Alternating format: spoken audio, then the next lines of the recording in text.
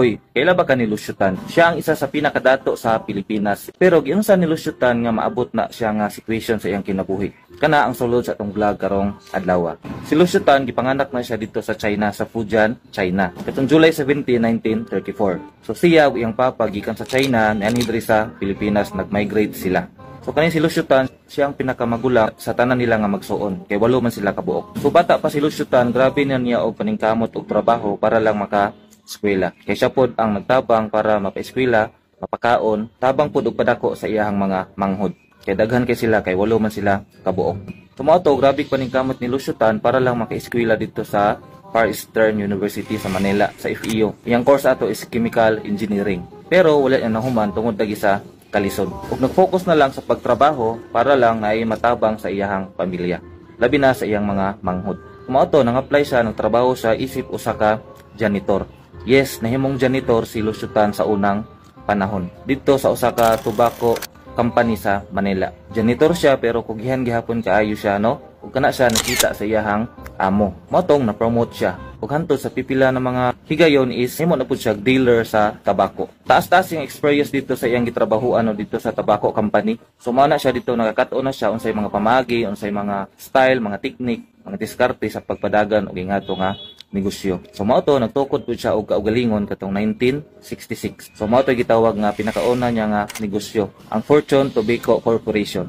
Ang isa sa iyang mga signature o sikat na mga sigarilyo nga gibuhat is katong Hope na nikalat sa tibuok Pilipinas ug kato nagdala sa iyaha og kasikatan sa industry sa sigarilyo. Ug dito nagsugod ni boom, ni saka, ni asenso si Lusyutan. Paglabay sa mga pila ka panahon, nakapalit na siya og uban pa ng mga negosyo. So katong panahon ni Marcos, natoy gitawag na General Bank and Trust Corporation. Kana siya nga bangko is kagiyaan na isang gobyerno pero na bankrupt, mao nang gipalit or gi-acquire ni Lusyutan. Kantidad ng 500,000 pesos. Ug katong nga bank, katong General Bank and Trust Corporation, mao to karon ang gitawag nato na Allied Bank.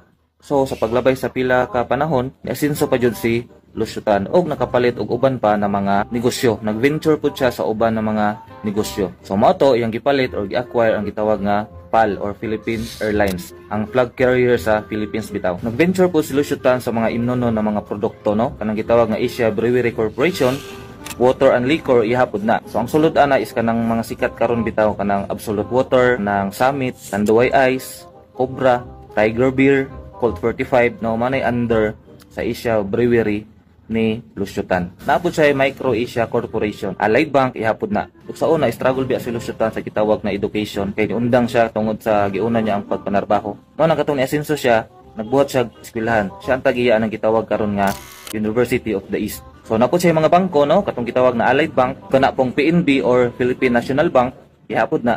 Fortune Tobacco Corporation ihapod na. Napod siya real estate kanang Eaton Properties. So sa una diri sa Pilipinas ang number 1 sa kanang gitawag na ilimno ng mga products is kanang SMC, San Miguel Corporation. Pero giatbangan na ni Lusyutan atong iyang Asia Brewery Corporation.